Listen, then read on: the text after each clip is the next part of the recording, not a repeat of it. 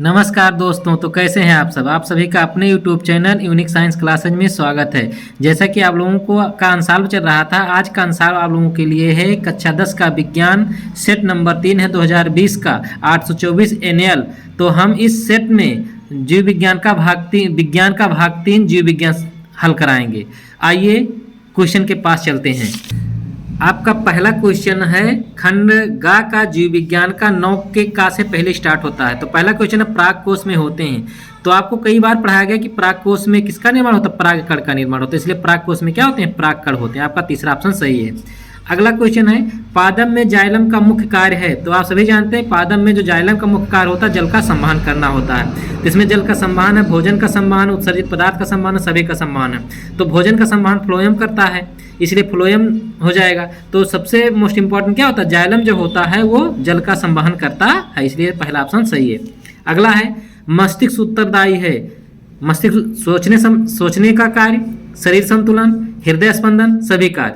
तो ये क्या होता है? सोचने समझने में भी कार्य करता है, हृदय स्पंदन, शरीर संतुलन बनाने में भी कार्य करता है, इसलिए इसका ऑप्शन क्या है? सभी सही है।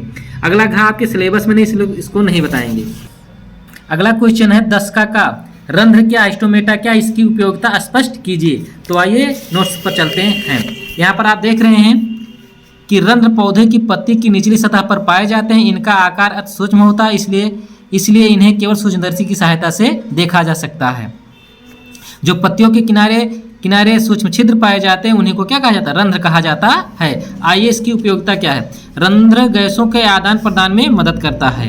रंध्र वाष्पोत्सर्जन की क्रिया में मदद करता है। रंध्र श्वसन क्रिया में भी मदद करता है। अगला क्वेश्चन है आपका, देख रहे हैं आप लोग, दंत क्षरण क्या है, स्पष्ट कीजिए। तो आप देख रहे हैं दंत क्षरण की मैल के अम्लों के कारण उत्पन्न होता है, जो कि दांत की ऊपरी परत और दंत धात को धीरे धीरे विघटित कर देता है। दंत क्षरण दांतों को क्षतिग्रस्त करता है, जहां पर उसे भरने या यहां तक कि उसे उखाड़ने की नौबत आ जाती है। अगला क्वेश्चन है प्रतिवर्ती क्रिया किसे कहते हैं? इनका नामांकित चित्र बनाइए। आप देख रहे हैं कि मनुष्य के दैनिक जीवन में कुछ क्रियाएं किसी बाह्य उद्दीपन के अनुक्रिया स्वरूप बिना मस्तिष्क की जानकारी के आकस्मिक देखते ही एकाएक कूदकर पीछे हट जाना। यहाँ सर्प ने उद्दीपन का कार्य किया और चौंककर कूदना एक ऐसी अनैच्छिक क्रिया हुई जिसके लिए मस्तिष्क ने प्रेरणा नहीं दी। ऐसी अनैच्छिक क्रियाओं को ही प्रतिवर्ती क्रिया की संज्ञा दी जाती है। जैसे आप जानते हैं या कभी कभी आप देखते हैं कि गर्म बाल्टी में पानी भरा हुआ है, उसमें हाथ डालेंगे तो तुरंत आप चौंक से हाथ बाहर निकाल लेंगे, क्योंकि ये क्या होता है? रिफ्लेक्शन होता है, प्रतिवर्ती क्रिया होती है। यहाँ पर हम प्रतिवर्ती क्रिया का चित्र लगा दे रहे हैं, आप लोग स्क्रीनशॉट ले लीजिए। अगला क्वेश्चन है वाष्पोत्सर्जन किसे कहते हैं? इसके महत्व को चित्र द्वारा समझाइए। वाष्पोत्सर्जन वाष्प के वायवीय भागों से वाष्प के रूप में होने वाली जल वाहिनी को वाष्पोत्सर्जन कहते हैं। वाष्पोत्सर्जन को प्रभावित करने वाले वातावरणीय कारक निम्न हैं। वायुमंडलीय आर्द्रता, वायु की आर्द्रता बढ़ाने से वाष्पोत्सर्जन की दर कम हो जाती है और आर्द्रता घटने से वाष्पोत्सर्जन की दर बढ़ जाती है। अगला वायु की गति, इसकी गति जितनी अधिक होगी वाष्पोत्सर्जन की दर उतनी भी अधिक होगी, लेकिन तेज हवा चलने पर प्ररंध्र बंद हो जाते हैं और वाष्पोत्सर्जन की दर कम हो जाती है। अगला है तापमान, वायुमंडलीय ताप में वृद्धि होने के कारण वायु की आर्द्रता कम हो जाती है, वाष्पोत्सर्जन की दर बढ़ जाती है। तापमान कम होने पर वाष्पोत्सर्जन की दर कम हो जाती है। प्रकाश की तीव्रता में वृद्धि के साथ साथ तापमान में भी वृद्धि, वायुमंडलीय आर्द्रता कम हो जाती है, जिससे वाष्पोत्सर्जन की दर बढ़ जाती है। अगला क्वेश्चन है पित्तरस क्या है? ये कहाँ स्रावित होता तथा एकत्र होता है? पित्तरस यकृत की कोशिकाओं में बनता है। यह पित्ताशय नामक संरचना में संचित रहता है, जो कि यकृत के नीचे स्थित होता है। पित्तरस में पाचक एंजाइम उपस्थित नहीं होते, किंतु ये भोजन या वसा को पचाने में सहायक होते हैं। पित्तरस जल में अघुलनशील तथा वसा में घुलनशील वसा में परिवर्तित करता है। यह प्रक्रिया वसा का पायसीकरण या मिल्सिफिकेशन कहलाती है। आप लोग वीडियो के अंत तक बने रहिएगा, क्योंकि कम समय में ज़्यादा कंटेंट आपको मिल जाए या अच्छा लगे तो लाइक जरूर करिएगा। आइए अगला क्वेश्चन है आनुवांशिकता से आप क्या समझते हैं? इसके जन्मदाता कौन थे? इसकी विशेषताओं का उल्लेख कीजिए। जीव विज्ञान की भाषा का जिसके अंतर्गत सजातीय और परस्पर संबंधित जीवों की आनुवंशिक समानताओं या विभिन्नताओं का अध्ययन किया जाता है, आनुवंशिकी या आनुवंशिकता कहलाती है। इसके जन्मदाता सर ग्रेगर जॉन मेंडल हैं। इनकी विशेषता देखेंगे। आनुवंशिकी के माध्यम से भावी संतानों के गुणों का ज्ञान हो जाता है। इनके आधार पर उच्च लक्षणों वाली संतानों को प्राप्त किया जा सकता है। अगला है रोग प्रतिरोधी पादपों जैसे गेहूं, गन्ना, चावल आदि की किस्मों का विकास किया जा सकता है। अगला है उन्नत किस्में बनाकर उनके उत्पादन में वृद्धि की जा सकती है।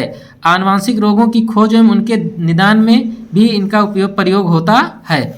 अगला क्वेश्चन है परागकण क्या है, ये कहाँ पाए जाते हैं, विभिन्न प्रकार के परागकण का उल्लेख कीजिए।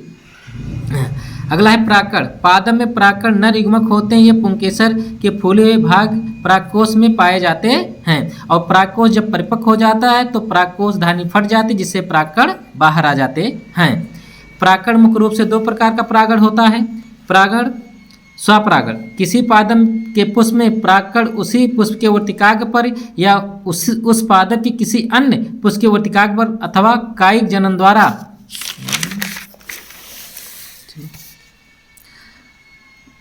तैयार किए गए उसी जाति के किसी अन्य पादप के पुष्प के वर्तिकाग्र पर पहुंचाने की क्रिया को स्वपरागण कहते हैं। अगला इसमें परपरागण। जब एक पुष्प के परागकण लैंगिक जनन द्वारा उत्पन्न उसी जाति के अन्य पादप के वर्तिकाग्र पर विभिन्न माध्यमों में पहुंचते हैं तो इसे परपरागण कहते हैं। परपरागण कीट द्वारा, वायु द्वारा, जल द्वारा और जंतुओं के माध्यम से होता है। अगला क्वेश्चन देखिए 12 प्राकृतिक संसाधन से आप क्या समझते हो। आपके सिलेबस में नहीं इसलिए क्वेश्चन नहीं करवाया जा रहा। इसका अथवा है सिलेबस में। किन्हीं दो पर टिप्पणी लिखिए। मानव हृदय का नामांकित चित्र है और ऊर्जा के पारस्परिक स्रोत है, तो ये भी आपके सिलेबस में नहीं, ये भी नहीं करवाना है, इसका कोई मतलब नहीं है। और तीसरा खाद्य श्रृंखला, तो हम लोग मानव हृदय का चित्र देखेंगे और खाद्य श्रृंखला बनाएंगे। तो आप देख रहे हैं 12 का अथवा है मानव हृदय का चित्र। आप देख रहे हैं स्पष्ट रूप से दिखाई पड़ रहा है। इसमें चारों कपाट दिखाई पड़ रहे हैं, अलिंद और निलय और बायां अलिंद बायां निलय, पक्ष महाशिरा, अग्र महाशिरा, फुसफुस धमनी सारे चीज दिखाई दे रहे हैं। आप लोग स्क्रीनशॉट ले लीजिए। आइए इस सेट का लास्ट क्वेश्चन खाद्य श्रृंखला, इसके बारे में समझते हैं। देखते हैं उत्पादक उपभोक्ता एवं अपघटक जैव मंडल के जैविक घटक हैं। उत्पादक अपना भोजन स्वयं बनाता है। सभी उपभोक्ता प्रत्यक्ष या अप्रत्यक्ष रूप से उत्पादकों पर निर्भर रहता है। किसी पारतंत्र में खाद्य श्रृंखला उन क्रमबद्ध पदों का संयोजन है जिससे ऊर्जा एक जीव से दूसरे जीव में रूपांतरित हो जाती है। यानी एक जीव उत्पादक से लेकर प्राथमिक उपभोक्ता, द्वितीयक उपभोक्ता और तृतीयक उपभोक्ता एक दूसरे पर क्या होते हैं, डिपेंड होते हैं। तो एक दूसरे पर जो जीव डिपेंड होते हैं वही क्या होती है, खाद्य श्रृंखला कहलाती है। तो ये सेट यहीं पर अब समाप्त होता है। आप लोगों को अगले सेट की जानकारी के लिए नेक्स्ट वीडियो में आपको जानकारी मिलेगी। आपको वीडियो अच्छा लगे तो लाइक शेयर सब्सक्राइब जरूर करिए। Thank you so much.